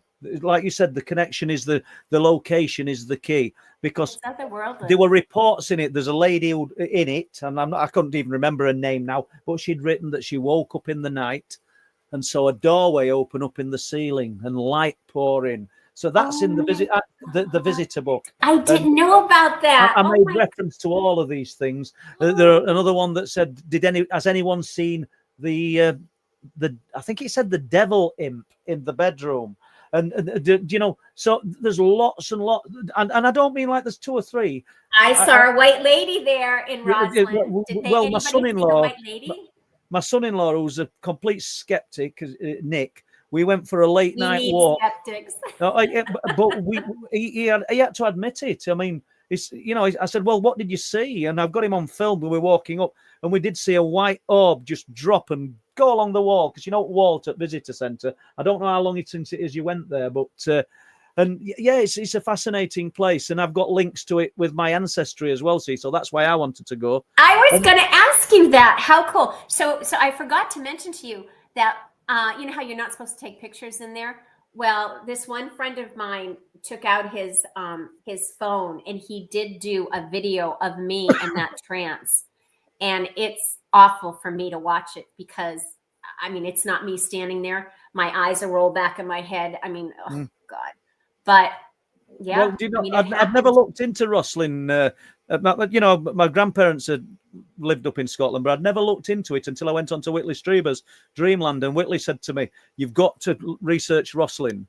He said, because, and when I did, and I got a friend of mine called Andy Tong, who did family trees, and it links right back to it. It's your show, so I'm not going to go into that one.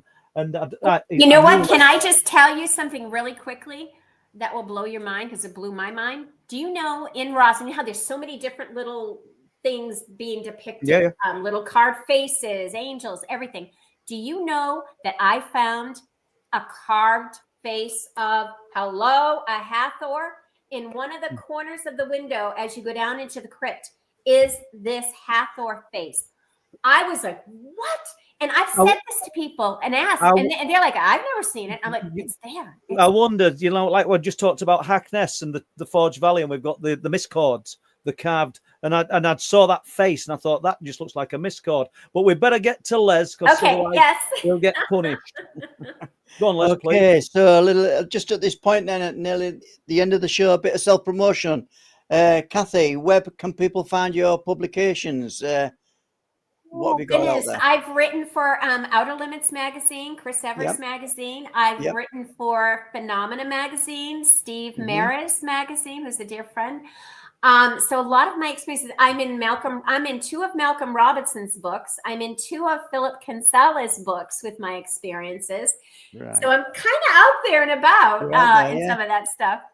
Okay. Yeah, and they're all good friends of ours as well. So that's I great. know. Yeah. Thanks for that, Kathy. Paul, we'll move to you, and we know you've got a web chat, Yeah, web page. Yeah, I the have a website. Facebook The page. website, truthproof.uk. Oh, there you go. Don Lodge does the website. So any reports that you want to send to the website, we'll put them on. If you want your names omitting, we'll do that. Complete anonymity if that's what you want. The paperback books, all the Truth Proof books, the 4 books and Night People are available to purchase through the Truth Proof website, or you can get the Kindle versions through Amazon. They're also available on eBay. And then myself and Les's documentary, Wolfland, and I say every week, I think it's the best documentary that's ever been made on cryptid phenomena. That's available on the website to buy as an hard copy of the DVD, or jump over to Amazon Prime and watch it on Amazon Prime. And we haven't even touched the American market with Wolflands, Kathy. So seriously, I don't think they know about it, but Well, I got to share it on my Facebook page then. please do. Yeah, So, thanks, Les. definitely. So Okay, well, I'm just going to run in order here with the questions, but I know Mark Anderson, we hasn't got time for Kathy to. I've got Iona down, but it's a long one, that, Mark, isn't it? Yeah, it's a long one. And if Kathy agrees to come on again, will touch on that. Oh, I would love to do that, guys, and talk about Iona. Yeah, that's a magical place. Because it were down there to do, but I realised it were a long one. Okay, Rocky Nuisance, is there a way we can connect to each other, to just talk to each other outside of this platform? Plenty of social media sites, Rocky. Sure. It's up to you guys to get linked in there. And well, Rocky, I can't speak for Kathy, but obviously message any of us as in Messenger on Facebook or something, and say I'm Rocky Nuisance in the chat. And, I'm gonna write down his name. I'm sure we can connect. Now that's a good point. That I'll write down his name. So apologies, Rocky, because I had Rocky down as a female in my head, but it doesn't matter. It doesn't matter. Okay, and I'm on Facebook. That's a great way to find me. Okay, thanks for that, Kathy. The question, Dogman TP Hunting question. In the King's Chamber, there is an empty box. What was in it at one time? It has the exact dimensions, and that's not by accident. Yeah, but Phil, the exact dimensions for what? There is an empty box. What was in it? I mean, I'm not. That's the sarcophagus that I laid in. Yeah, that's the only thing that's in the King's Chamber, and it's done of red granite, which has a lot of quartz crystal in it. So that aids to your experience. That quartz is alive. Yeah. Think of the energy of the people that have laid in it and poured their emotions in it. It's incredible, isn't it? Soaking up emotion. Kane Mel, singer-songwriter. It's more than just UFOs and aliens. There are more ABD, more human hybrids everywhere. Starseeds. Yeah. I know. Yeah, I agree. Okay. Still got to get Kane on one Sunday with that footage he sent. So I'm not forgotten. Yeah. Question: can you access the Akashic record when using OBE, out of body experiences? Oh, I would. Well, yeah, I guess you could. I did train in the Akashic records. Although personally, I've never opened them during an out of body experience. I have to say, but that's a thought. I guess you could if you had the presence of mind to do that. Yeah, I guess you'd be a little bit preoccupied, wouldn't you, with an out-of-body experience? Yeah, good question. Tonya Morrison is asking, have you ever seen any cryptids, Kathy? Ooh, another good question. Right up your alley, right, guys? Paul and Les. No, but I would love to. I don't think I have. You might not love to, Kathy, but Well, a lot yeah, of there you times go. there's a little bit of negativity about seeing and experiencing these things. But I know what you mean. It's fascinating. We find ourselves up there, and I'm thinking, well, what am I doing? You know what I mean? Yeah. Oh, What are yeah. you Well, wishing putting upon yourself yourself? technically in harm's way. All right, Ken's got another question in. This planet is beyond, not a question. This planet is beyond supernatural. It's way more than that. I Okay. agree. Yeah. Yep. Right then. Multi-dimensional is how I think of it. Probably touched on some of the answers to this question from Dragonborn. Dragonborn. Good to see you. Kathy, as you believe in past lives, you obviously believe in reincarnation. So where do we go when we die? Another good question. You know, and I don't know what it's called. So many different faith modalities have different terms for it. But, there is a place, I hate to say this, but I don't kind of believe in heaven. I mean, I think that's a construct that the Christians used. Yeah. I believe, though, that there is a place that the soul goes, and that there's a process where, it's almost like, I don't know if this is a good term to use or not. Like the slate is wiped clean. So Do you certain know memories, certain things. Yeah, the there's a washing of the process. soul until it Exactly. becomes pure enough to go Exactly. somewhere else? Yeah. Yeah. And then, and then when you're ready to reincarnate, you go down those spheres, you go down the etheric layers, you go down the layers into incarnation. So what's between those layers and what's maybe heaven? I don't know. Well, Okay, honestly, so thank you. is it like when people have near-death experiences, Kathy, and they go down a dark tunnel for what seems like forever until they see a shaft of Yeah. light? Well, Yeah. and they'll see God, whatever God is for them, be it Jesus or Buddha or, yeah. That's what I've been at all night with this. Are we creating the God that we want to see? Because ultimately, we're all praying to the same God. Do you know what I mean? Well, I believe in one source. Yes. Yeah. There's one Okay. source for all. Yeah. Steve 71, Paul and Kathy, with the shadow figure encounters, has anyone ever seen details like eyes, mouth, expressions, as mine and others were just like all dark without any details? I Go on, didn't Kath. see any. Yeah. Well, I just saw shape. I've got some emails to follow up, to be honest with you, Steve. So if you're watching this, I will get onto it, where people have seen dark shadow type entities with flaming red eyes, vivid red eyes that have terrified the people who've seen them. And I only get negative from this shadow type stuff. I know you got something positive from it, and there's nothing wrong with that. That's better. But I seem to get a lot of negative. We're seeing shadow type Yeah. entities. Oh, I've heard of the negative as well. Yeah. I'm conscious of the time here, so let's roll forward. Yeah, Steve 71, we are tricked into reincarnating back to this reality. So it's a trick, according to Steve. Okay. And all the trauma associated with it, Kathy. It's interesting what Steve was saying there, because if we forget about reincarnation, but we talk about cults over decades and decades who've claimed to have had contact with some, I don't know, some other intelligence they promised that they're going to do this and they're going to bring truth to mankind, and then it just fades. And maybe they have had them experiences, but they've been tricked. I'm not saying you've been tricked, Kathy. I'm just saying, there is a trickster element to some of this anyway. Oh, sure. Oh, gosh, yeah. Yeah, I agree.